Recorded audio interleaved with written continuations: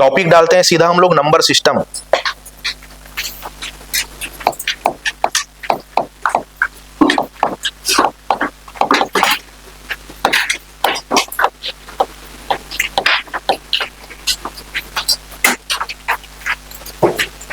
ठीक है, number system, संख्या पद्धति, ये हमारा टॉपिक रहेगा, टॉपिक नंबर 1। ठीक है, सबसे पहले भी हम समझते हैं संख्या क्या होता है।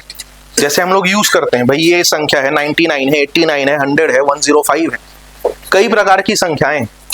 तो बेसिकली यहाँ पे नंबर सिस्टम में एक शब्द लिखा हमारे पास में नंबर। नंबर है क्या, किसको बोलेंगे एक नंबर, है ना। जैसे मैंने बोला 99 एक नंबर है कि नहीं, किससे मिलकर बना है, अंकों से मिलकर बना हुआ है, कॉम्बिनेशन ऑफ डिजिट्स, वही तो है। और क्या ही बोलोगे, 104 क्या है, 104 का कॉम्बिनेशन है, उसी को आगे पीछे करोगे कॉम्बिनेशन को नया नंबर बन जाएगा, 410 बन जाएगा, 401 बन जाएगा कि नहीं। तो क्या है, ये कॉम्बिनेशन ही है, एक ऐसा कॉम्बिनेशन जिसमें हर एक अंक का उसका प्लेस वैल्यू के साथ साथ में उसका फेस वैल्यू भी होता है, स्थानीय मान के साथ में जाति मान भी होता है, और सबको लास्ट में कंक्लूड करके हम क्या बनाते हैं, एक संख्या बनाते हैं। जैसे अगर मैं बात करूं भाई 40, तो उसमें एक यूनिट प्लेस है, एक टेंस प्लेस है। यूनिट प्लेस में क्या लिखा हुआ है, 0, उसका वैल्यू क्या होगा, 0 × 10 का पावर 0। ठीक, और 4 है तो 4 का क्या रहेगा, 4 × 10 का पावर 1। तो 40 और 0 बना, दोनों को जोड़ोगे तो क्या बन जाता है, 40 एक संख्या बन जाता है। ऐसे ही तो बनाते हैं नंबर। ठीक है, तो वो हम देखेंगे आगे, और यही वाला पार्ट एग्जैक्टली आएगा थोड़ी देर बाद में। और ठीक है, जब इंटरचेंज करने की बात आएगी अंकों को, तब वहां पे और सिखाऊंगा, वहां पे समीकरण बताऊंगा मैं कि इक्वेशन कैसे बनता है उसका। ठीक है, चलो अब हमारी चर्चा आगे बढ़ती है कहां से, जब हम ये सोचना शुरू करते हैं कि भाई नंबर का शुरुआत माना कहां से जाता है, कि उसका फॉर्मेशन कैसा होगा। तो वो शुरुआत माना जाता है कहां से, कॉम्प्लेक्स नंबर से।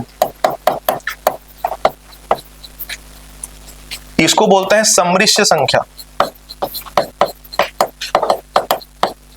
स्पेशली ये सिलेबस में नहीं है, बस क्लासिफिकेशन में बता रहा हूं कि भाई ये होता क्या है। अच्छा, आप में से कितने लोग जो मैथमेटिक्स बैकग्राउंड के हैं, आप लोग भी पहाड़ा याद कर लेना, यही बोलने वाला था। ठीक है, और ज्यादा कुछ नहीं बोलूंगा, बस अच्छे से याद कर लेना आप लोग भी, इन लोगों को तो करना ही। कॉम्प्लेक्स नंबर सुने होंगे आप लोग, है ना, स्पेशली जो मैथ्स के बैकग्राउंड से हो, जिन्होंने ग्रेजुएशन किया है, या A1 आप टेक्निकल फील्ड से आए होंगे, तो उसमें भी हम लोग M1 M2 सब पढ़ते हैं। ठीक है, तो कॉम्प्लेक्स नंबर, इसका फॉर्मेशन जो होता है दोस्त, ये होता है A + IB।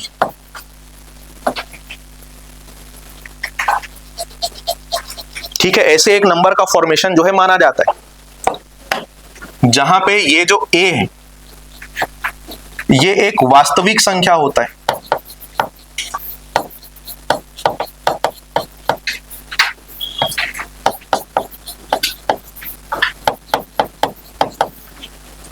ठीक है, ये क्या होता है, वास्तविक संख्या होता है। उसके बाद में ये वाला जो पार्ट है जिसमें I लिखा हुआ है, ये होता है काल्पनिक संख्या।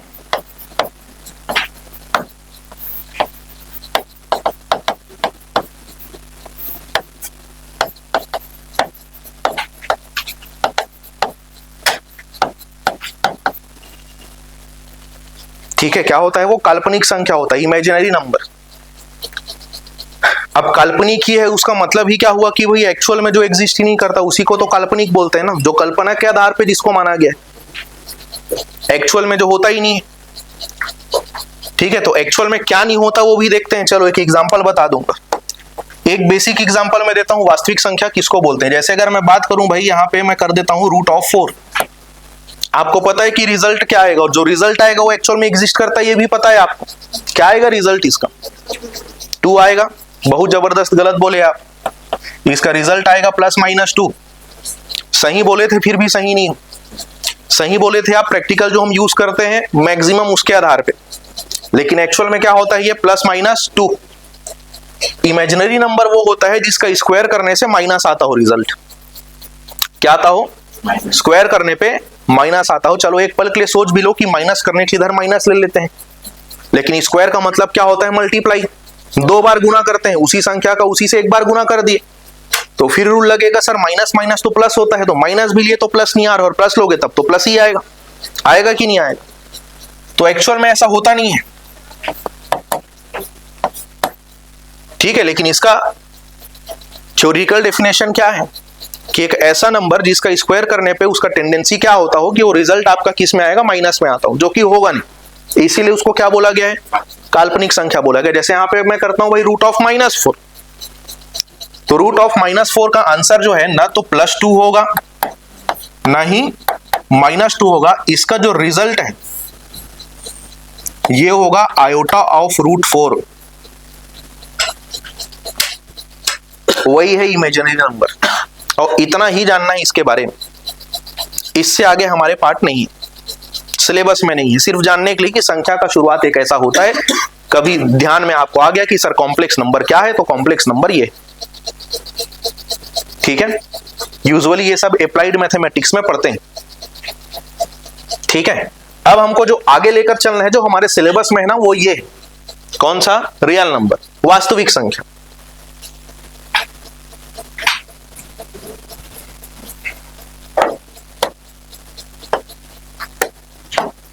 चलो वास्तविक संख्या को क्लासिफाई करते हैं।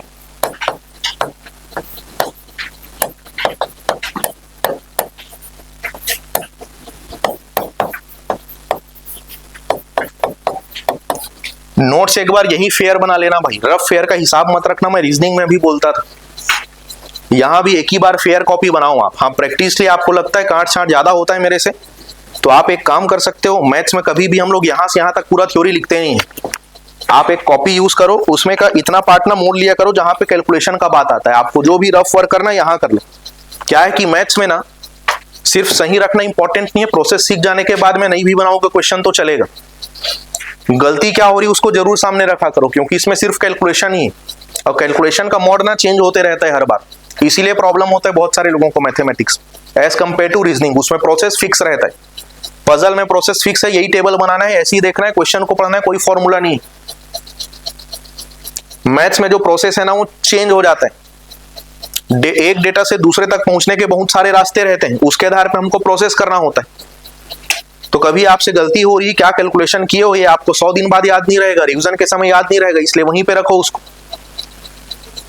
ठीक है। और कोशिश करो कि इसके लिए भी ब्लैंक कॉपी बनाओ अगर हो पाए तो, और नहीं तो जिसमें चल रहे उसी में चलो, ठीक है। फेयर कॉपी मतलब वो होता है जिसमें आप साफ सुथरा लिखे हो, जिसको आप पढ़ सको। फेयर का मतलब महंगा कॉपी नहीं होता है, याद रखना। अब डेफिनेशन बदल गया जब आप कॉलेज से निकल के यहाँ आए हो, ठीक है। क्लासमेट की कॉपी में भी रद्दी टाइप लिखे हो तो कोई काम नहीं आएगा। और एक ऐसा पेज जिसमें धुंधलापन है, जिसका क्वालिटी लो है, उसमें एकदम अच्छे तरीके से लिखे हो, पढ़ पा रहे हो, तो वही फेयर है। तो फेयर और रफ अब कॉपी नहीं होगा, फेयर और रफ आपका क्या होगा, नोट्स। तो फेयर नोट्स बनाना है क्लास में आपको, ठीक। चलो आगे बढ़ते हैं। रियल नंबर को क्लासीफाई किया गया है फर्दर। रियल नंबर को फर्दर जब क्लासीफाई किया गया दोस्त, इसमें से एक हम लिखेंगे परिमेय संख्या।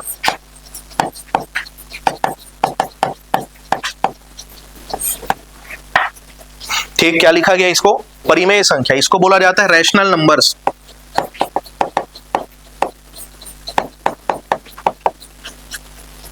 ठीक है। और एक होता है अपरिमेय संख्या।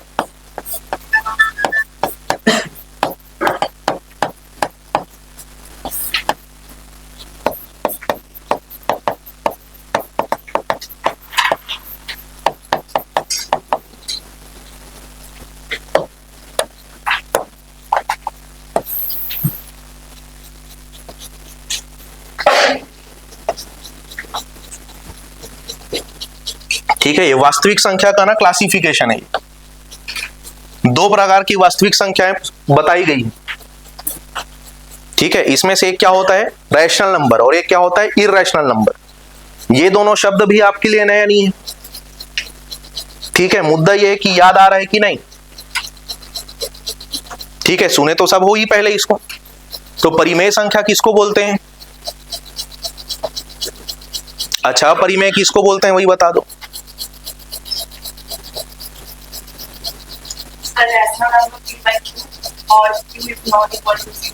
ठीक, रैशनल नंबर जो है वो नंबर होता है जिसको P बाई Q के फॉर्मेट में आप एक्सप्रेस कर सकते हो। P बाई Q मतलब क्या, अंश और हर, न्यूमरेटर और denominator, where Q is not is equal to 0, because anything divided by 0 is equal to infinity आ जाता है, ठीक। तो ऐसा नंबर जिसको P बाई Q के फॉर्म में या फॉर्मेट में लिखा जा सके,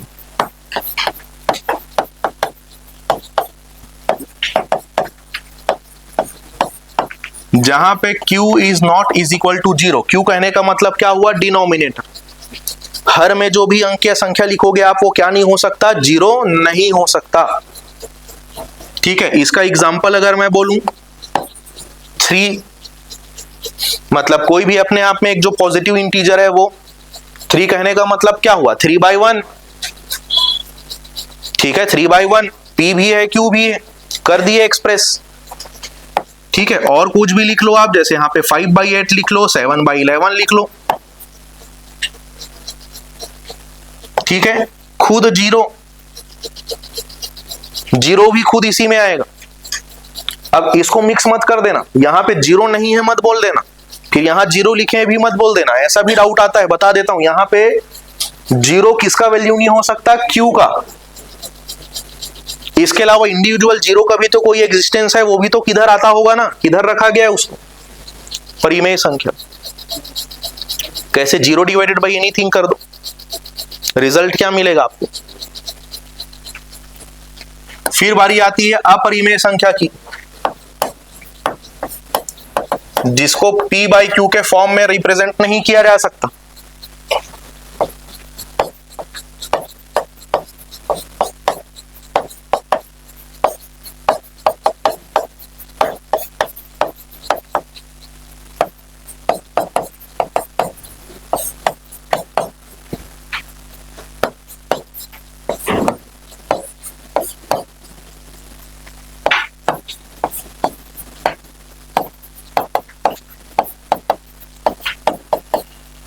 जैसे ये सब नंबर्स हैं, ये सबको P बाई Q के फॉर्म में नहीं लिखा जा सकता। क्यों नहीं, वो आगे जब हम लोग डेसिमल पढ़ेंगे तब समझ आएगा आपको। कुछ चीजें ऐसी जो आगे चल के जब हम लोग वैसा क्वेश्चन बनाएंगे, वैसा एग्जाम्पल हम लिखेंगे, तब वहां पे मैं आपको रिकॉल कराऊंगा। मैं नहीं करवा पाया तो आपको खुद समझना पड़ेगा, पूछना पड़ेगा कि सर यहाँ पे कुछ बताने वाले थे। ठीक है, चलें आगे यहां से। अब हम फर्दर क्लासिफाई करेंगे किसको, परिमेय संख्या को, कि भाई परिमेय संख्या का और कौन कौन सा प्रकार होता है। तो परिमेय संख्या को फिर से 3 टाइप में डिवाइड किया गया है।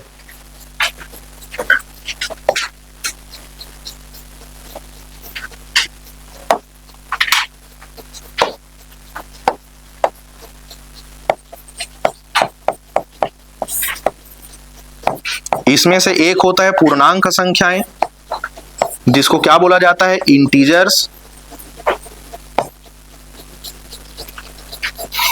ठीक, पूर्णांक संख्याएं, इंटीजर्स। एक इसमें से होता है प्राकृतिक संख्या,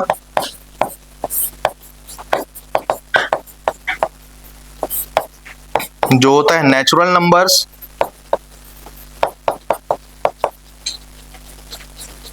ठीक है, इसको नोट किया जाता है Z से। पूर्णांक संख्या को किससे डिनोट किया जाता है, Z से। प्राकृतिक संख्या को डिनोट किया जाता है N से। ठीक है, और इसके अलावा एक होता है पूर्ण संख्या, जिसको बोलते हैं W। ये होता है होल नंबर।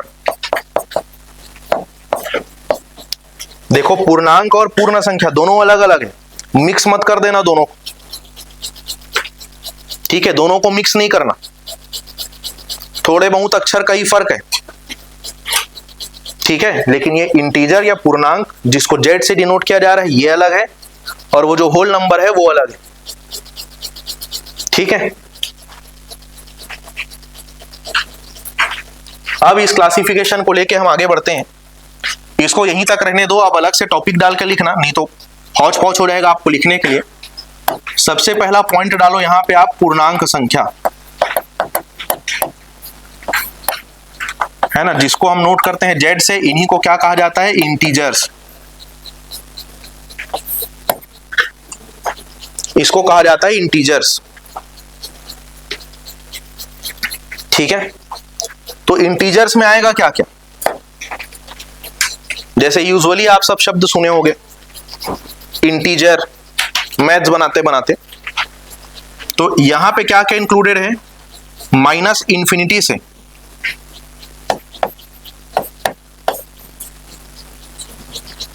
सब इंक्लूडेड है इसमें, ठीक है। इंटीजर्स में क्या है, सब इंक्लूडेड है, पॉजिटिव से लेके पूरा का पूरा नेगेटिव तक, एक छोर से लेके दूसरे छोर तक सब।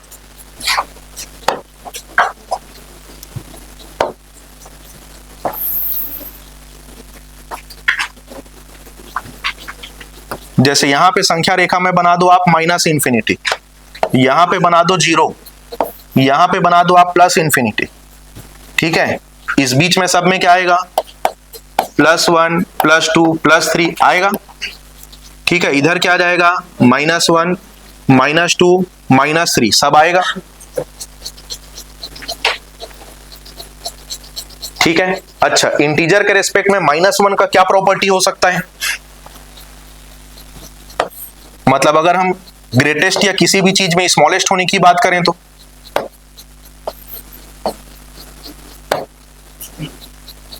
क्या बोलेंगे,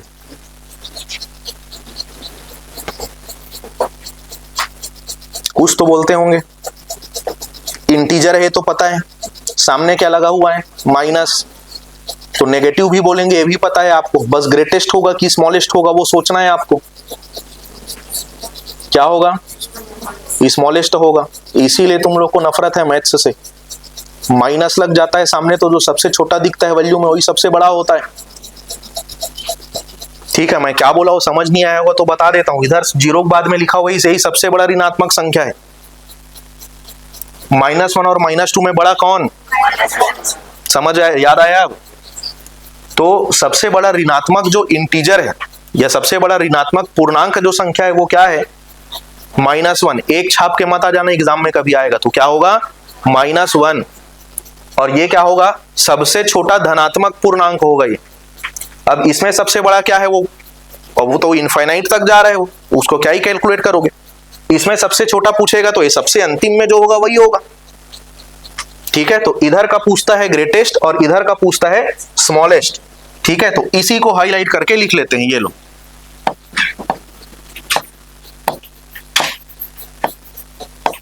ये है ग्रेटेस्ट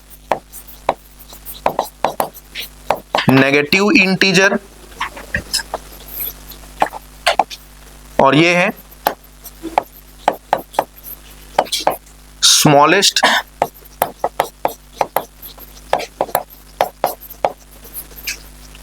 पॉजिटिव इंटीजर। अब यहां पे देखो, चलो एक में तो मैंने मार्क कर दिया, यहां पे आप देखो 2 और 3 के बीच में भी तो कुछ आता होगा, डायरेक्ट 2 से 3 ही जाता है ऐसा तो नहीं है, 2 और 3 के बीच में भी हो सकता है। क्या क्या हो सकता है, 2.1 2 3 4 5 6 जो भी आता हो, ये सब इंटीजर में आएगा क्या, नहीं, ठीक है। जैसे यहां पे जैसे मैं लिख देता हूं भाई 1.2, तो 1.2, अब मुद्दा ये है कि भाई ये इंटीजर है कि नहीं। तो यहां पे अब हिंदी में देखो, पूर्णांक मतलब पूर्ण अंक, जो अंक पूरा हो, यहां पे ये पूरा है क्या, नहीं है, कुछ अधूरा है इसमें, 1 से आगे है 2 से पीछे है, डेसिमल में है बेसिकली कहने का मतलब, इसलिए तो दशमलव संख्याओं को अलग रखा गया, ठीक है। तो 1.2 जो है बेसिकली एक इंटीजर नहीं। लेकिन कभी जैसे आपको क्वेश्चन पूछ दिया कि 1.2 अगर इंटीजर नहीं है तो इसका जो ग्रेटेस्ट इंटीजर है वो क्या होगा,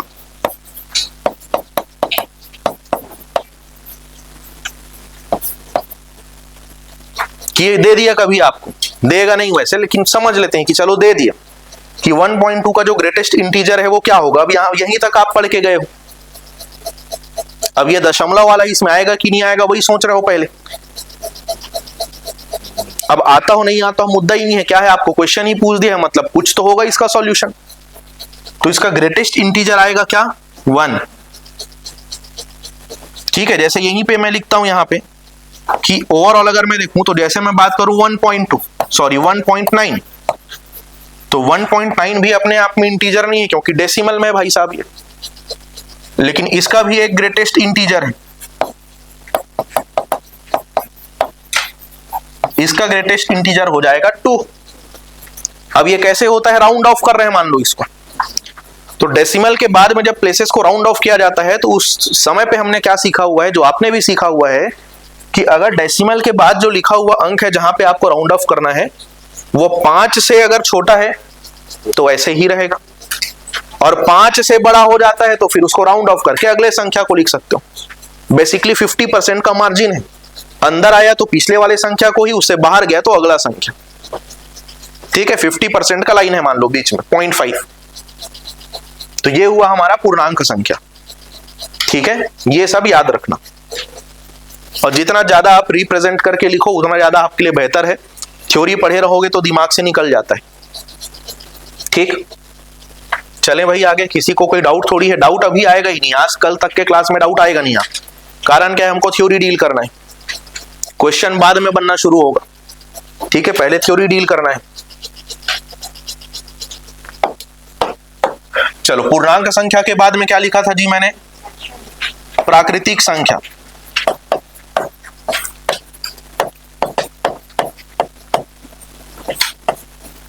प्राकृतिक संख्या इसको बोलते हैं n। ये होता है नेचुरल नंबर्स। ठीक है, इसको क्या बोलते हैं, नेचुरल नंबर्स। किसको बोलते हैं प्राकृतिक संख्याएं, जो प्रकृति से मिलता हो, हर्बल, यही सब बोलोगे क्या, इसको बोलते हैं प्राकृतिक संख्या, जो भाग नहीं जाता। और बताएं, 0 से शुरू होता है, ऑल पॉजिटिव नंबर्स। हाँ ठीक, लेकिन और कुछ, 1 से इन्फिनिटी तक। हाँ वो ठीक है, लेकिन सोचने वाले ने भी वैसा ही क्यों रखा होगा, कुछ तो सोचा होगा उसको। मन करता 5 से भी तो बांट सकता था, 10 से भी बांट सकता था।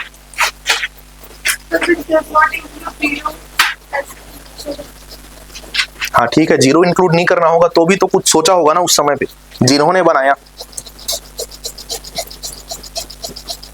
अच्छा, इस क्लास में कितने लोग हो सकते हैं पॉसिबल अभी, जो भी आपका अनुमान है, गिनने मत लग जाओ। 40 हो सकता है, 50 हो सकता है, 60 हो सकता है, 70 हो सकता है, 100 हो सकता है, 10 हो सकता है, 20 हो सकता है, 1 हो सकता है, -30 हो सकता है क्या, -50, -100। तो इससे क्या समझ आया, all those numbers which are, जो आप यूज कर सकते हो किसके लिए, काउंटिंग के लिए। ठीक है, ऐसे नंबर जिसका गणना या काउंटिंग के लिए यूज किया जाता है उसको बोला जाता है क्या, प्राकृतिक संख्या। और गणना काउंटिंग मिनिमम स्टार्ट होता है 1 से, इसीलिए 1 से लेके पॉजिटिव में इनफाइनाइट तक जितने भी नंबर्स हैं सब किस में आते हैं, नेचुरल नंबर्स में। ये इसका रीजन है। अब कुछ है ही नहीं तो 0 हो गया, क्या काउंटिंग करोगे उसको। काउंटिंग करने के लिए जो रिजल्ट है आपका कहां से शुरू होगा, 1 से शुरू होगा ना। अब मैं ये नहीं बोल सकता, या मैं भले बोल सकता हूं कि भाई चलो 60 का कैपेसिटी है, 55 लोग हो तो 5 का जगह खाली है, लेकिन मैं -30 लोग हो क्लास में नहीं बोल सकता आपको, या किसी इसको नहीं बोल सकते आपकी -2 है ये पेन में, 1 है ये, पॉजिटिव में है ये, काउंटिंग में यूज कर पा रहा हूं इसको। तो जो मैंने 1 बोला वही क्या है, नेचुरल नंबर। ठीक है, तो यहां पे लिखो नंबर्स जिसे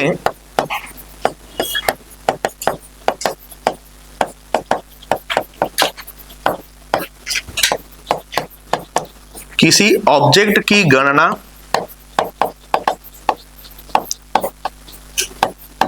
या काउंटिंग में यूज किया जाता है।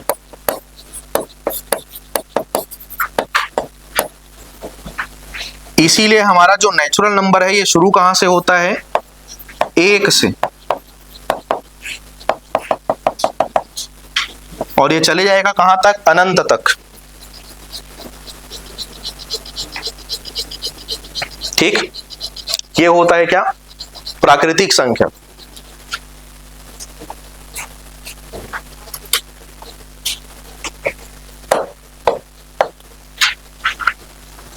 इसके बाद बचा क्या रह गया, पूर्ण संख्याएं।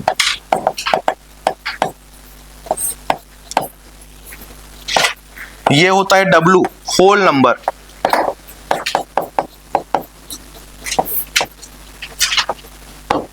ठीक है, इसमें क्या होता है, जीरो के साथ में, या यूं कहें कि जो प्राकृतिक संख्या है उसके साथ में हम क्या काउंट कर लेते हैं, जीरो। तो जीरो को भी अगर उसमें हम अटैच कर दें तो वो क्या बन जाता है, पूर्ण संख्या। याद रखना, पूर्णांक में पॉजिटिव नेगेटिव दोनों है, उसके बाद जो आप पढ़ रहे हो उसमें नेगेटिव नहीं है। ऐसा आप पहले से सोच के जाओगे तो कंफ्यूजन नहीं आएगा जिस समय आप क्वेश्चन डील करोगे, एग्जाम हॉल में बैठे रहोगे। नेगेटिव का बात ही नहीं है इसमें, वो सिर्फ किसमें है, इंटीजर में। ठीक, तो जीरो नेचुरल नंबर के साथ में जब जीरो को भी हम इंक्लूड कर देते हैं तो वहां से जो हमको संख्याएं मिलना शुरू होती है, कहां तक, अनंत तक, इन्फिनिटी तक, उन सब को कहा जाता है क्या, होल नंबर्स।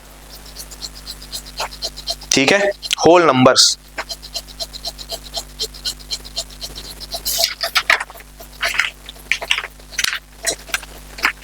ठीक, तो रैशनल नंबर को जो हमने क्लासिफाई किया था वो यहां पर क्लासिफिकेशन ये खत्म होता है। इसके बाद भी बहुत सारे और नंबर के डिस्ट्रीब्यूशन है जो अब अलग से हम टॉपिक लिख के सीखेंगे। उसमें से बहुत सारे को आप जानते ही हो, कुछ कुछ माइनर चीजें हैं जो स्किप हो जाती है, उसको आपको रिवीजन करना है, मान लो।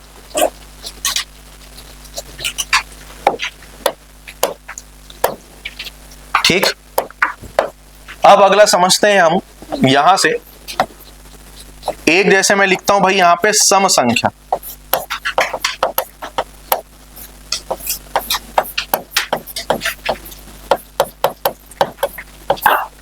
Even numbers. तो सम संख्या किसको बोलते हैं, all those numbers which are divisible by 2, पूरा पूरा भाग जाना चाहिए। और तो उन सभी संख्याओं को क्या कहा जाता है, सम संख्या कहा जाता है।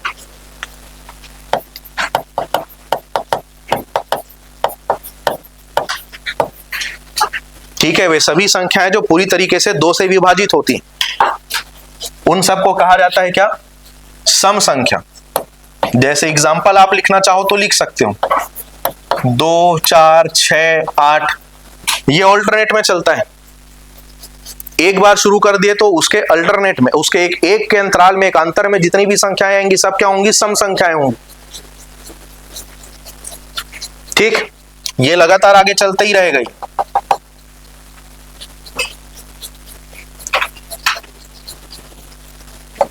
अब इसी के अंदर में एक और शब्द यूज करते हैं हम, वो मैं बताता हूं। ये टेबल बना के लिख लेना आप कि भाई दोनों में डिफरेंस क्या है।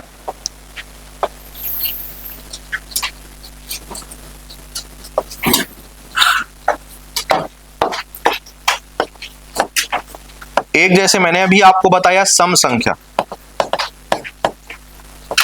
जो अभी जस्ट ये मैंने बताया, इवन नंबर, और एक होता है सम पूर्णांक।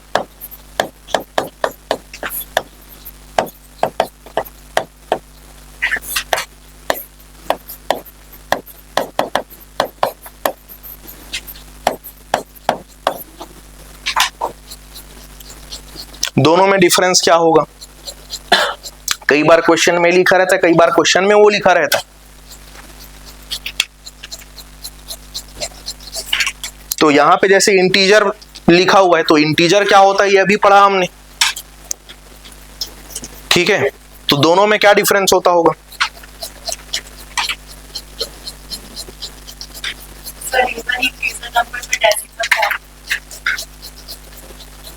इंटीजर में तो लेकिन डेसिमल आता ही नहीं है।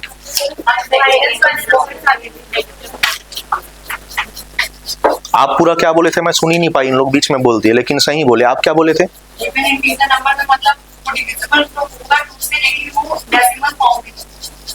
डेसिमल फॉर्म में नहीं होगा। हाँ, तो कुछ एग्जांपल बताओ जिससे बाकी लोग समझ सके।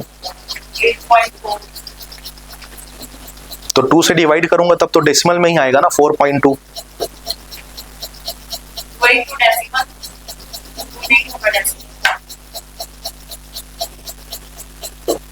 तो क्या होगा वही बता दो। तो कोई जैसे 2 होगा, वो तो है ही ऑलरेडी सम संख्या में।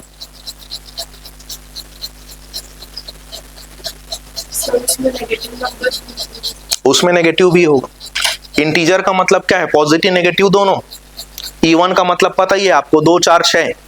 लेकिन सम संख्या और सम पूर्णांक में क्या है, जब मैंने सम संख्या लिखा और आपको कोई भी आपको सम संख्या पूछता है तो आप भी हमेशा 2 4 6 8 बोलते हो, क्योंकि वही ही पढ़े, उसी का ही काम था।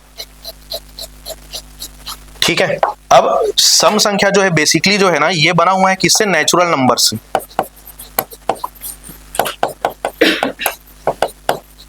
और नेचुरल नंबर में पूरा आता है क्या? पॉजिटिव। तो इसीलिए जब आप इसको लिखना शुरू करते हो तो क्या आता है? 2 4 6 8 ये सब आता है।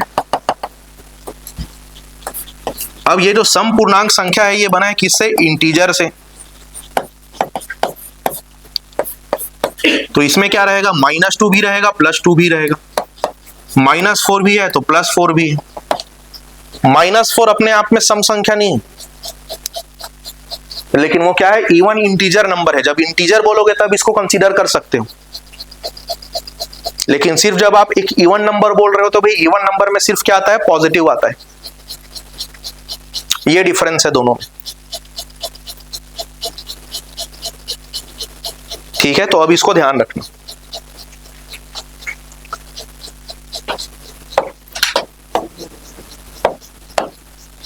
नेक्स्ट इसका क्लासिफिकेशन है विषम संख्या।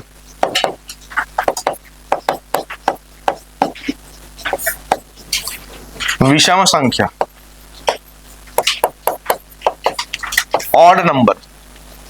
ये भी आपको पता है, ऐसी सभी संख्याएं जो 2 से कंप्लीटली डिविजिबल नहीं है, 2 से पूरे तरीके से भाग नहीं जाता है। ठीक है, तो उसको क्या बोलते हैं हम लोग? विषम संख्या।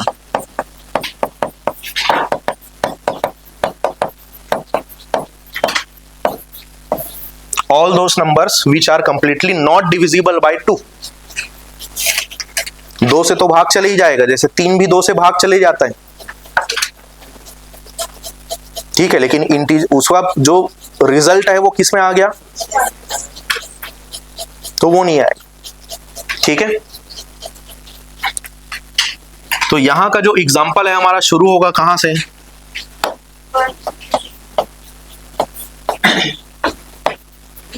1 3 5 6 7। अच्छा, 1 मिनट, ये आ जाएगा अपना 7 9 ये सब। ठीक है, तो अब एक पॉसिबल डाउट जो आपका हो सकता है वो ये है कि भाई जो 0 है वो किसी में आएगा क्या? है ना, तो याद रखना 0 इन दोनों से बाहर है। किससे किससे? ऑड और इवन से। ठीक है, 0 दोनों से बाहर जरूर है, बस 0 के सामने आप कोई भी अंक आप लिखोगे ना तो ये कन्वर्ट हो जाता है किसमें? इवन में।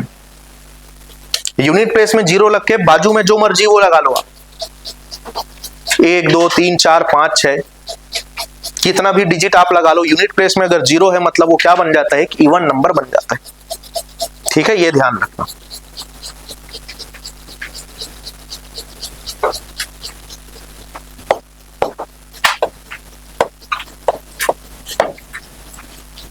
इससे आगे चलेंगे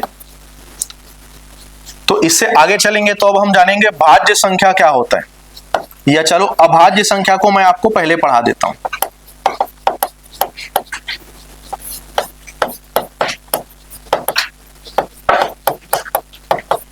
इसको बोला जाता है क्या? Prime number. क्या बोलते हैं?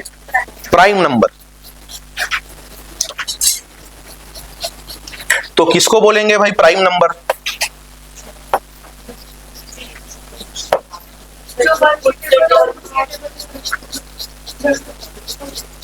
वन के और खुद के टेबल में सब आते हैं पारुल। तुम लोग कैसे वोट दिए होगे सोचता हूं मैं। बटन दबा पाए थे? आवाज आया था कि नहीं आया था? मैं आवाज रहता ना तो आने से मना कर देता तुम लोग के लिए। अभाज्य संख्या एक ऐसा नंबर होता है जो खुद और एक के अलावा और किसी से डिविजिबल ना है। ठीक है, all those numbers which are not divisible by any other number except 1 and itself. लिखो ऐसा, ऐसी संख्या ऐसी संख्या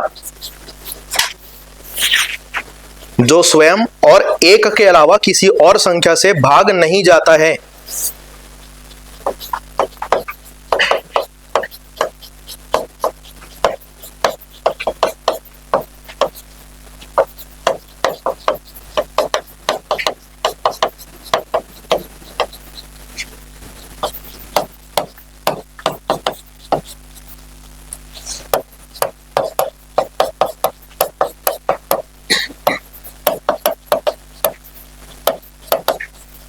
इसको बोलते हैं अभाज्य संख्या, प्राइम नंबर। और क्वेश्चन ना यहां से पूछता है, सम और विषम में क्या है, एक बार सीक्वेंस पकड़ लिए तो अल्टरनेट में बस बोलते जाना है 2 4 6 8, मतलब सम संख्या खत्म नहीं होगा, हमारा जीवन खत्म हो जाएगा, वहां तक बोल सकते हो आप, बोलते ही रह जाओगे आप इन्फिनिटी तक, जहां तक जाता हूं। विषम संख्या का भी वही है कि 1 3 5 7 एक बार लय पकड़ लिए तो अल्टरनेट में आपको बोलते ही चले जाना है, ठीक है। लेकिन प्राइम नंबर के साथ में वैसा नहीं, गिनना पड़ता है बीच में कि भाई कौन सा डिविजिबल हो सकता है, कौन सा नहीं हो सकता है, इसीलिए यहां से क्वेश्चन पूछता है। ये आपको शायद ही कभी पूछेगा कि भाई 1 to 100, 1 से लेकर 100 तक कुल कितनी सम संख्याएं हैं। आपको पता है टोटल 1 से 100 तक 100 संख्या है, तो 50 सम होगा, 50 विषम होगा। 200 तक जाओगे तो 100 सम होगा, 100 विषम होगा, ये पता है आपको। लेकिन प्राइम नंबर अगर मैं बोलूंगा 1 से 100 तक का प्राइम नंबर अगर आप निकालो, पूरा गिनना पड़ेगा आपको बैठ के, अभी याद होगा पहले से तो अच्छी बात है, वैसे उसका उम्मीद है नहीं मेरे को, क्योंकि पहली बार पढ़ रहे हो मैक्सिमम लोग, ठीक है। लेकिन सम संख्या ऐसा है कि एक बार आप सुन लिए तो 1000 तक का पूछूंगा तो भी बता दोगे, 500 इधर आएगा, 500 उधर आएगा।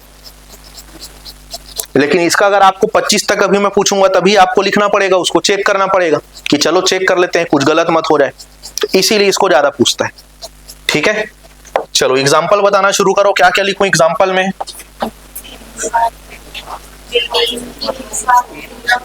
क्या क्या लिखूं बताओ। 1 किसी में नहीं आता है, अब याद रखना, 1 ना तो प्राइम में आता है ना ही कंपोजिट में आता है, मतलब भाज्य भाज्य दोनों से बाहर है। जैसे 0 था इधर, किससे किससे बाहर था, सम और विषम से, ठीक है। तो वैसे ही जो संख्या है 1, अब ये आदत हमारा क्यों बिगड़ा रहता है, मेरा भी बिगड़ा था किसी एक समय में। वो बिगड़ा होने का कारण जो मुझे समझ आया कि विषम संख्या हम लोग इतना स्टार्ट करते हैं अल्टरनेट में तो वहीं शुरू कर देते हैं, क्योंकि 3 5 7 सब आता है ये सीक्वेंस में, तो 1 को चिपका देते हैं उसके साथ। अब चिपकाना नहीं है उसको उसके साथ में, 1 किधर भी नहीं, ना भाज्य है ना भाज्य है, कुछ नहीं है वो। जब इन दोनों के बेसिस में आप उसको क्लासिफाई करोगे तो इन दोनों से बाहर रखा गया है उसको, ठीक। तो शुरू कहां से होगा, कैसे 2 नहीं आएगा तो कहां 3, वही आदत जो मैं बोला 1 3 में मैं बोला कि 1 हटा दो तो आप शुरू कर दिए 3 से। 2 और किसी से भाग जाता है क्या बताओ, स्वयं और 1 के अलावा और किसी से जाएगा ही नहीं। अच्छा 1 को इसलिए बाहर रखा गया भाई क्योंकि 1 तो खुद उसी में है, बाहर ही रखा गया इसको। अब बारी आती किसकी, 2 की, 2 से शुरू होता है ये। अब अगला आएगा वो क्या आएगा, अगला क्या आएगा, फिर अगला क्या आएगा, फिर कई लोगों का 9 का n निकल गया था अभी सुना मैं। तो वही है, सीक्वेंस में बोलने का आदत है, और ये गलती हो जाता है एग्जाम में। जिस दिन किस्मत खराब रहा ना उस दिन ये भी गलती हो जाएगा आपसे, ठीक है। इसीलिए इसको पूछा जाता है प्राइम नंबर को, इसमें ध्यान रखना पड़ता है आप किस नंबर के बारे में सोच रहे हो।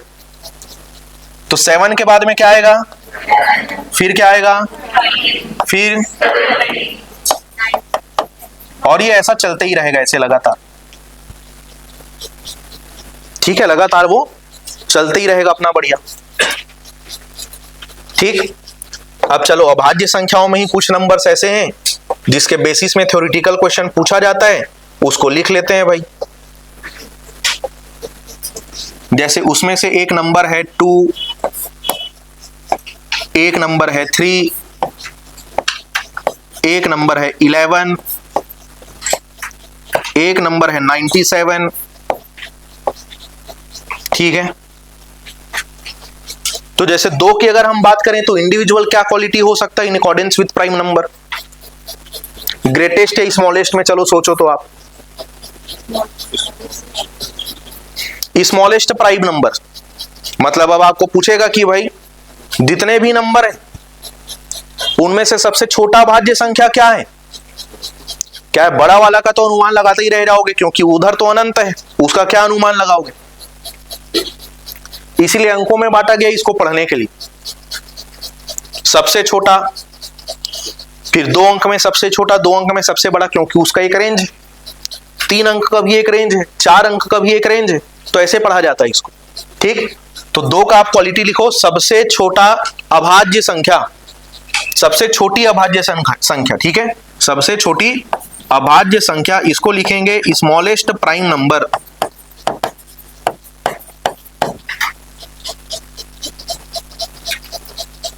ठीक है, स्मॉलेस्ट प्राइम नंबर। और स्मॉलेस्ट प्राइम नंबर होने के साथ साथ इंडिविजुअल, इसमें देखो ऑड इवन का भी कॉन्सेप्ट फिट हो गया। तो 2 ऑड है कि इवन, तो ये ओवरऑल में सबसे स्मॉलेस्ट है, तो अब इसमें सिर्फ क्या जोड़ना है आपको, इवन।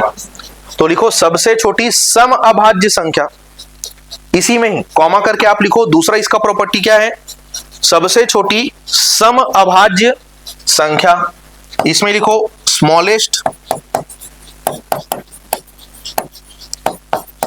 Even prime number. अब सबसे छोटा सम अभाज्य संख्या है तो सबसे छोटा विषम अभाज्य संख्या भी होगा, जो कि ये है कौन, 3। एक चिपका के मत आ जाना, मैं वापस बता रहा हूं, एक है ही नहीं इसमें। ठीक, तो इसमें लिखो smallest odd prime number, smallest odd prime number. ठीक, इसको ध्यान रखना। ये क्वेश्चन अगर पूछेगा, मान के चलो 90% टाइम ऑप्शन में वो एक रखेगा ही रखेगा, क्योंकि उसको पता है कि हमारे सबकॉन्शियस में वो फीड रहता है 1 3 5 7, तो वहां पे गलती होती है। ठीक है, तो उसका ध्यान रखना। अब जैसे 11 है तो कितने डिजिट का है भाई ये, 2 डिजिट का जो नंबर होता है वो कहां से शुरू होता है, कहां पे खत्म होता है। अब सबसे छोटा अगर होना होता तो 10 हो सकता था, बट 10 क्या है, प्राइम नंबर है ही नहीं क्योंकि वो कंपोजिट नंबर है। तो 10 के बाद में अगला नंबर किसका आया, ये अपने आप में क्या है, प्राइम नंबर है। इसीलिए 2 अंक का सबसे छोटा प्राइम नंबर कौन बनेगा, 11। तो इसमें लिखो 2 अंकों की सबसे छोटी अभाज्य संख्या, 2 अंकों की सबसे छोटी अभाज्य संख्या, smallest prime number of a 2 digit number. ठीक है, 11 को जहां हमने बताया सबसे छोटा, वैसे ही जो 97 है वो क्या हो जाएगा, सबसे बड़ा। कितने अंक में, 2 अंक में। तो स्मॉलेस्ट को कर लो ग्रेटेस्ट, सबसे छोटा को हिंदी वाले कर लो सबसे बड़ी, 2 अंकों की सबसे बड़ी अभाज्य संख्या। क्योंकि इसके बाद 98 99 आता है, वो दोनों डिविजिबल है किसी और से, तो वो कंपोजिट में चले गया। 97 जो है 1 और 97 इन दोनों के अलावा और किसी के टेबल में नहीं आता। ठीक, आता है क्या, 48.5 का पहाड़ा मत बना देना, वो सब काउंट में नहीं है इधर। ठीक है,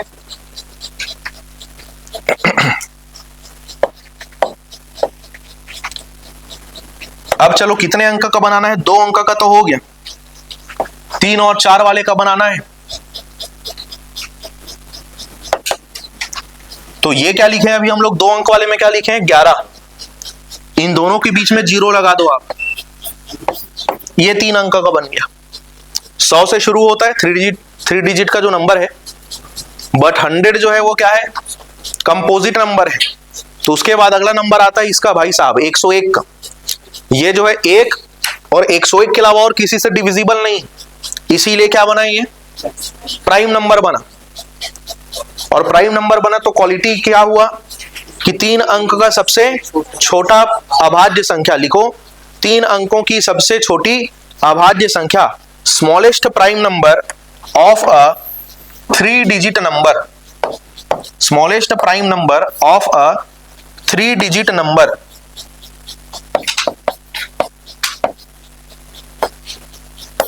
अब स्मॉलेस्ट है तो ग्रेटेस्ट भी होगा।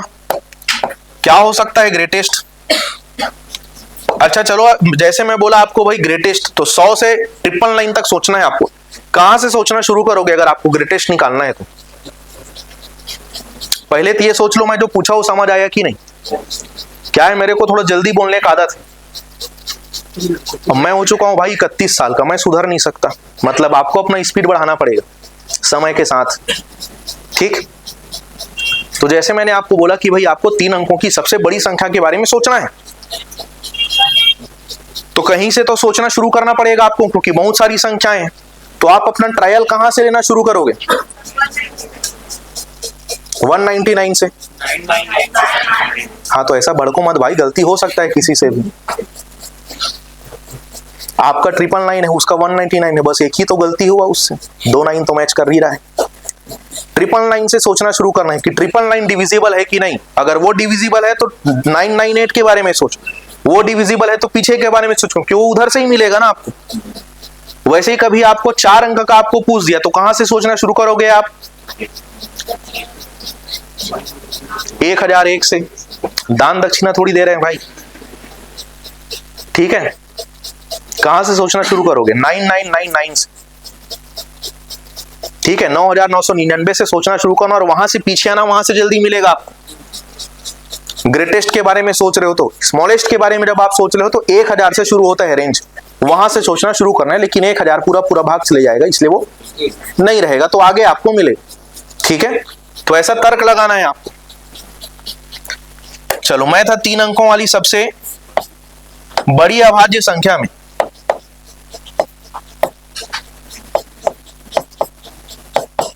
तो ये 97 लिखे थे 2 अंक का, लिखो एज इट इज, बीच में लगा दो क्या 9। 2 अंक वाले में 11 में बीच में 0 लगाना था, इसमें 97 में बीच में क्या लगाए, ठीक है। तो ये 3 अंकों वाली क्या हो गई? सबसे बड़ी अभाज्य संख्या हो गई। 4 अंक वाला आपका होमवर्क है।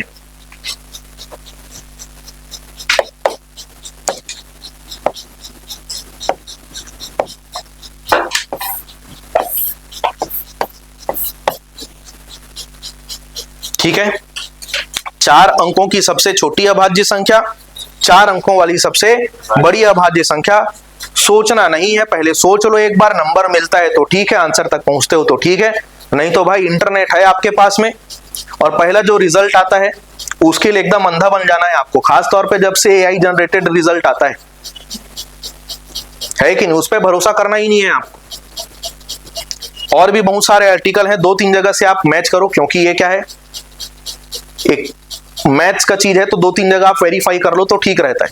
वेरीफाई करने के बाद में खुद सोचो 2-4 नंबर से वो भाग जाता है कि नहीं, तब आपको पता चल जाएगा कि आपको टेबल कितने अच्छे से याद है। क्या है, जब तक आपको ये लगेगा नहीं कि मेरे को याद नहीं है, तब तक आप याद नहीं करोगे। तो टेबल याद करना जरूरी है आपको, ठीक है। कल को हो सकता है किसी ऐसे नंबर के बारे में पूछ दे, भाई सम विषम तो देख के आप बता सकते हो। प्राइम नंबर के लिए अजीब अजीब नंबर आते हैं, मैक्सिमम वो नंबर पूछा जाता है जिसके लास्ट में 1 3 7 9 हो, यही सभी ज्यादा पूछा जाता है, क्योंकि 2 4 6 8 वाले डिविजिबल होते हैं। 0 लगा वो डिविजिबल होता है, 5 लगा वो डिविजिबल होता है। तो जो डाउट आता है वो किस में आता है? मैक्सिमम, जब लास्ट में क्या हो, यूनिट प्लेस में 1 3 7 9, ये सब में डाउट आता है। तो उसके बारे में कभी आपको पूछ दिया, क्वेश्चन दिखता रहेगा आसान, समय ले लेगा ज्यादा अगर आपको टेबल याद नहीं है तो, इसलिए टेबल याद करो, ठीक। चलो, ये हुआ हमारा कहां तक का, अभाज्य संख्या हुआ। अब जैसे मैंने बोला भाई इसमें क्वेश्चन ज्यादा पूछता है, ये तो कुछ स्टैटिक फैक्ट्स हो गए जो आपको रटना है। मुद्दा ये है, क्वेश्चन पूछता है तो क्या पूछता है, तो क्वेश्चन पूछता है तो एक नंबर का आपको रेंज देगा और बोलेगा कि भाई आप बताओ यहां से यहां तक की संख्याओं में कितना प्राइम नंबर है, ठीक है। या पूछता है कि यहां से वहां तक की संख्याओं के बीच में कितना प्राइम नंबर है। दोनों ही क्वेश्चन अलग है, ठीक है। तो पूरा मैं आपको रेंज लिखवा देता हूं कि 200 तक में टोटल कितने प्राइम नंबर्स होंगे हमारे पास। तो मैं जिस फॉर्मेट में लिख रहा हूं उसी फॉर्मेट में लिखना, मतलब 4 यहां लिखूंगा, 4 यहां लिखूंगा, 4 यहां लिखूंगा। फॉर्मेट में आपको बता देता हूं, ठीक है। तो जैसे मैं लिखता हूं यहां पे कि भाई अच्छा अभी हम क्या लिख रहे हैं कि टोटल कितना प्राइम नंबर होता है। सबसे पहले जैसे अगर मैं बात करूं कि भाई 1 से 25 तक, तो 1 से 25 तक टोटल कितना प्राइम नंबर होगा, मतलब 100 तक पहले डिवीजन कर लेते हैं 25 25 का। दूसरा आएगा यहां पे 25 से 50 तक, फिर आएगा 50 से 75 तक, फिर आएगा 75 से 100 तक, फिर लास्ट में काउंट करेंगे कहां से, 1 से, ऐसी 3 कॉलम बनेगा। तो स्पेस वैसे मैनेज कर लेना, ठीक है, तो याद करने में आसानी होगा आपको। ठीक, देखो 100 वाले को तो हटा दो क्योंकि सबका टोटल ही करना है लास्ट में। 25 25 का स्टार्टिंग डिवीजन है हमारा, और रिजल्ट याद रखना 9664 9664। 1 से 25 तक कितने हो गए, 9। 25 से 50 तक कितने हो गए, 6। 50 से 75 तक कितने हो गए, कितने हो गए, पढ़ना आता है, कितना हो गया, 6। 75 से 100 तक कितने हो गए, तो अब टोटल 1 to 100 अगर मैं करूंगा तो कितना आ जाएगा, 25 आएगा। अच्छा 25 आए, उसमें किसी को डाउट नहीं कि सर नंबर तो बार बार वही लिखा हुआ है, तो क्या पता काउंटिंग ओवर हो गया हो, रिकाउंटिंग हो गया हो, ऐसा भी तो डाउट आना चाहिए, क्योंकि यहां भी 25 से खत्म है, यहां 25 से ही शुरू है, यहां 50 तक ऑलरेडी इंक्लूड है, यहां 50 से ही शुरू है, 75 में खत्म है, 75 से ही शुरू है, तो ऐसा डाउट तो आना चाहिए। चलो मैं कहता हूं आपने जो बोला वो सही है, 25 और सही है, लेकिन ये सही क्यों है अब ये बताओ। डाउट क्या आना चाहिए था, मैंने बता दिया, लेकिन उसके बाद भी रिकाउंटिंग नहीं हो रही, क्योंकि देखो एक तो लीग से ही बाहर है, तो शुरू होगा 2 से 25 तक। अब 25 जो है अपने आप में क्या है, कंपोजिट नंबर है, तो ओवरऑल ये 9 में शामिल नहीं था, तो यहां भी नहीं है। फिर 50 है, तो 50 भी कंपोजिट नंबर है, 75 भी कंपोजिट नंबर है, 100 भी कंपोजिट नंबर है, इसीलिए फर्क नहीं पड़ा, ठीक है, इसलिए फर्क नहीं पड़ा, ठीक है। इसी को अगर मैं लिख दूंगा ना ऐसे कि 1 से 7 तक x है मान लेते हैं, और 7 से 17 तक हम लोग y मान लेते हैं, तो अब अगर मैं निकालूंगा दोस्त 1 से 17 तक, तो x प्लस y के बाद में हो सकता है कुछ यहां पे आपको माइनस करना पड़े, क्योंकि ये 7 इधर भी है, 7 इधर भी, समझ आया।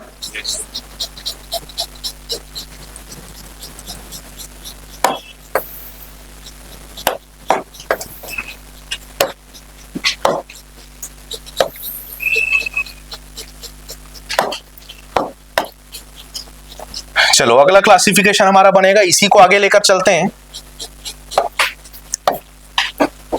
इसको हम लोग लिखेंगे 1 से लेके 50 तक।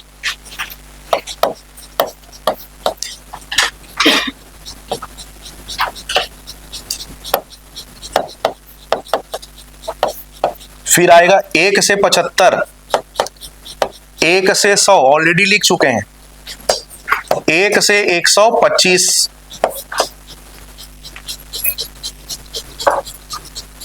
ठीक।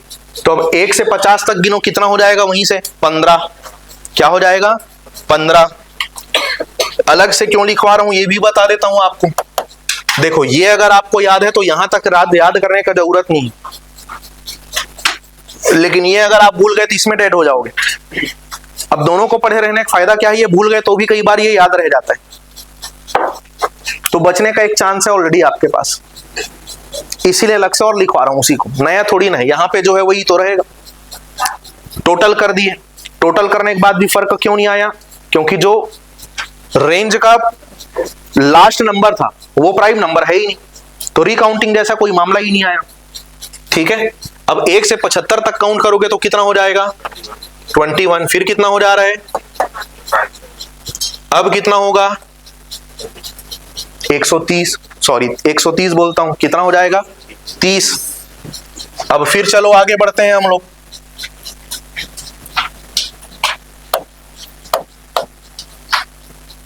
एक से 125 तक लिख चुके हैं ना, तो अब चलते हैं 1 से 150 तक, फिर हम चलेंगे 1 से 175 तक, फिर हम चलेंगे 1 से 200 तक, है ना।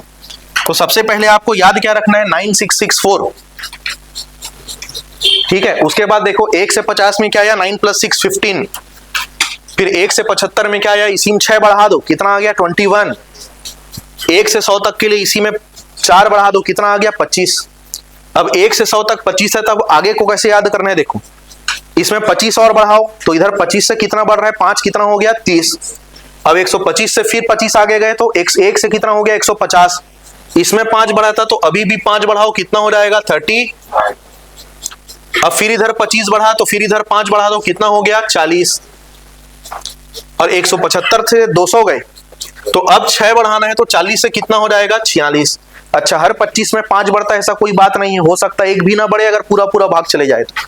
ये नंबर आने के बाद याद रखवाने के लिए मैंने आपको ऐसा बताया कि 100 से अगर आपको आगे निकलना है तो 125 तक जाने के लिए भी 5 जोड़ो, 150 तक जाने के लिए और 5 जोड़ो, 175 तक जाने के लिए और 5 जोड़ो, और लास्ट में जब 175 से 200 के बीच का आपको जंप मारना है तो कितना जोड़ना पड़ेगा 6, ताकि 25 के बेसिस पे आगे को आप याद रख सको कि अगला वाला मार्जिन मेरा 30 है, नेक्स्ट मार्जिन मेरा 35 है, नेक्स्ट मेरा 40 है, वहां तक 175 कवर होता है, और 1 to 200 बोलेगा तो लास्ट जंप मेरे को 5 के बदले कितना ऐड करना है 6, तो कितना हो जाएगा 46। इतने को पहले से आप याद रखना। कई बार क्वेश्चन पूछता है 1 से 180 तक कितनी अभाज्य संख्याएं हैं, आप गिन के भी निकाल सकते हो, ऐसा चीज नहीं है, लेकिन पूरा एग्जाम निकल जाएगा आपका, पूरा एग्जाम निकल जाएगा आपका, क्योंकि सम विषम जैसा तो है नहीं। मैं पहले ही आपको क्लियर कर चुका हूं कि इसको क्यों ज्यादा पूछता है, क्योंकि हर बार सोचना पड़ता है आपको इसमें कि कितना होगा। तो ये याद रखना भाई रेंज, ठीक। अब चलो एक आध क्वेश्चन भी लिख लेते हैं इसका।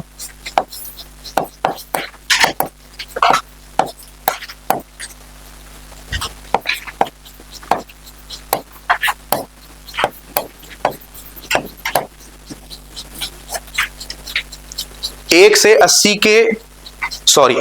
80 तक कितनी अभाज्य संख्याएं हैं। प्रश्न क्या हो गया हमारा, 1 से 80 तक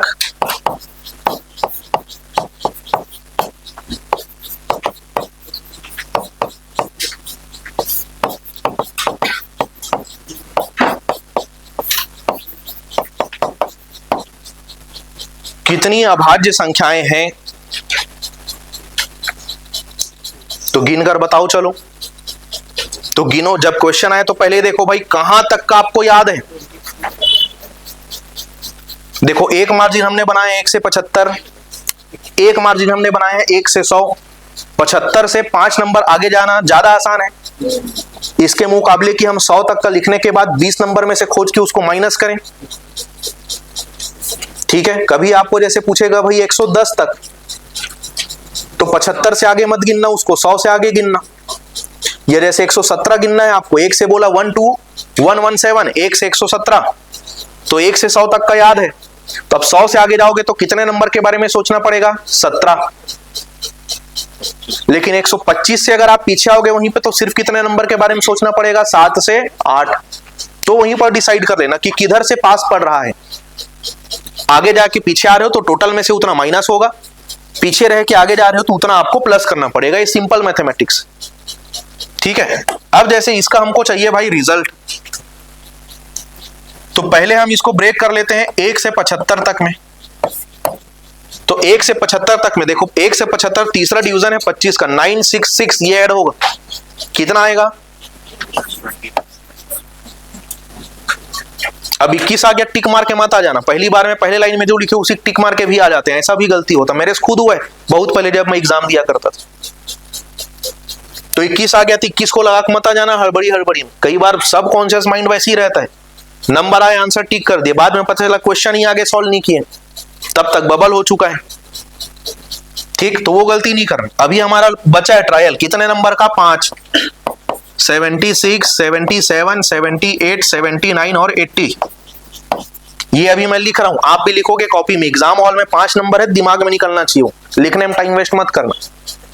अब याद रखो, ऐसा नंबर जिसके लास्ट में 2, 4, 6, 8, 0, 5 ये सब रहता है, सब भाग चले जाता है, उसका ट्रायल लेना ही नहीं है आपको। सोचना किसके बारे में पड़ेगा? जिसके लास्ट में क्या हो? 1, 3, 7, 9, इसके बारे में सोचना पड़ेगा भाई आपको। तो जैसे 76 है, डिविजिबल ही है, 2 से ही भाग चले जाएगा। और आगे मत सोचने लग जाना, सर पहाड़ा याद करने बोले, चलो 23 से भाग जाता है कि नहीं, सोच लेता हूं। सॉल्व करते समय नहीं सोचना है आपको, पहाड़ा अलग से याद करना है। अब जैसे 77 है, 11 से भी जाएगा, 7 से भी जाएगा, मिनिमम एक और स्वयं के अलावा एक नंबर चाहिए आपको। एक भी अगर ऐसा नंबर मिल गया तो वो क्या बन जाता है? कंपोजिट बन जाता है। तो जो 77 है ये प्राइम नंबर है क्या? नहीं। ये 76 भी नहीं है, 77 भी नहीं है, यहाँ पे 8 है तो ये भी नहीं होगा, यहाँ पे लास्ट में 0 है तो ये भी नहीं होगा, क्योंकि बता चुका हूं मैं आपको ऑलरेडी। ये 79 है कि नहीं, आप इस पे विचार कर रहे हैं। तो अब देखो, आप सोच कर देखो किससे किससे भाग जाएगा, और 2, 3, 4 में अटक मत जाना। चलो सोच कर देखो।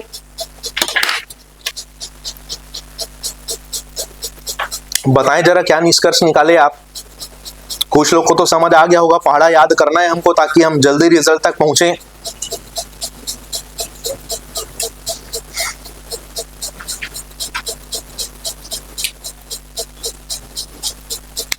मेरे साइड तुम लोग ऐसे क्यों देख रहे हो जैसे मैं सरपंच का वोट मांगने वाला हूं तुम लोग को? भाई अपना पहाड़ा सोचो।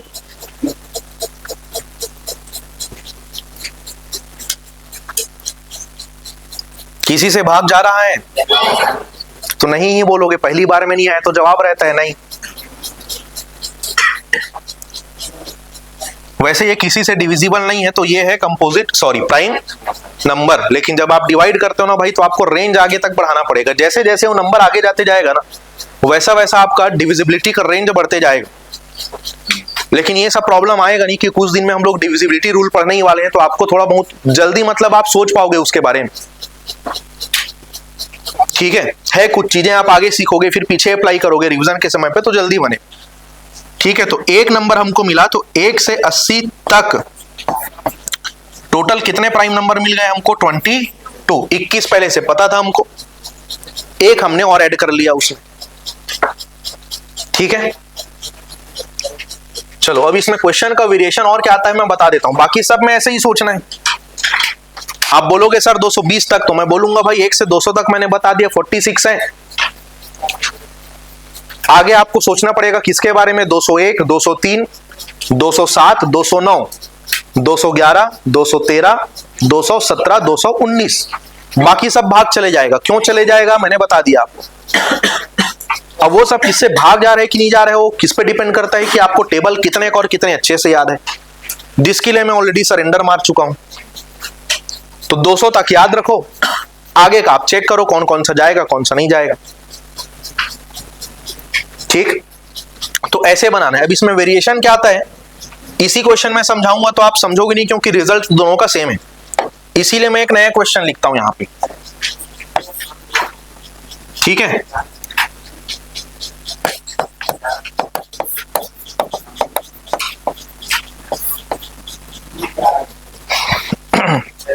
ये दोनों क्वेश्चन अलग अलग है, एक का पूछेगा दूसरे का आंसर लगा के मत आ जाना। ठीक है, दोनों का बेसिकली जो रेंज है ना कैलकुलेशन का, वो अलग अलग है। ठीक है, अब चलो मैं लिख के समझा देता हूं, इसलिए मैंने रेंज कम लिया हुआ है कि मैं समझा सकूं भाई दोनों में डिफरेंस क्या है। तो 5 से 19 तक आपको बोला है, फ्रॉम 5 to 19, मतलब 5 भी काउंटिंग में 19 भी काउंटिंग में। तो 5 प्राइम नंबर है कि नहीं? अगला क्या आएगा? अगला क्या आएगा? फिर अगला क्या आएगा? फिर अगला कौन आ जाएगा? फिर ये सब प्राइम नंबर है। तो 5 से 19 तक टोटल कितने प्राइम नंबर आ गए भाई? 6। अब जब यही क्वेश्चन डील कर रहे हो आप, है ना, ऐसा लिखा हुआ है अपने पास 5, 7, 11, 13, 17, 19, लेकिन यहां पे बोला है बिटवीन, मध्य में बोला है किसके किसके? तो ये जो 5 है ये नहीं आएगा, ये जो 19 है ये नहीं आएगा, बीच में कौन कौन है? ये डिफरेंस है दोनों। समझ आ गया दोनों में क्या डिफरेंस है? यही चीज मैं यहां पे आपको समझाता ना नहीं आता, क्योंकि एक तो रेंज से ही बाहर है और 80 कंपोजिट नंबर है, तो आंसर वही रहने वाला था। यहां पे आंसर अलग अलग हो गया। ठीक,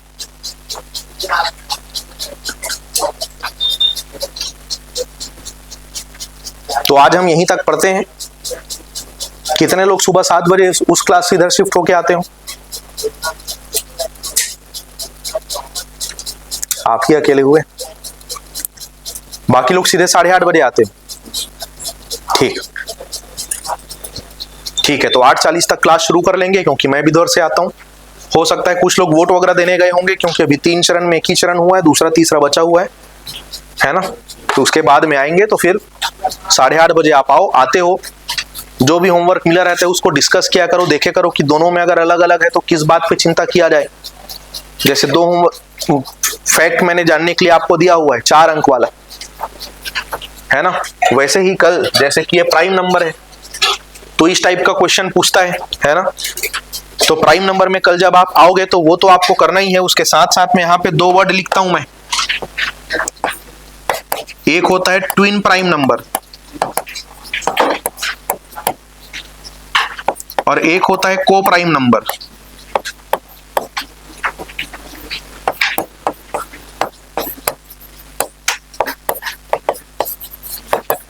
एक को बोला जाता है द्विक अभाज्य संख्या और एक को बोला जाता है सहभाज्य संख्या।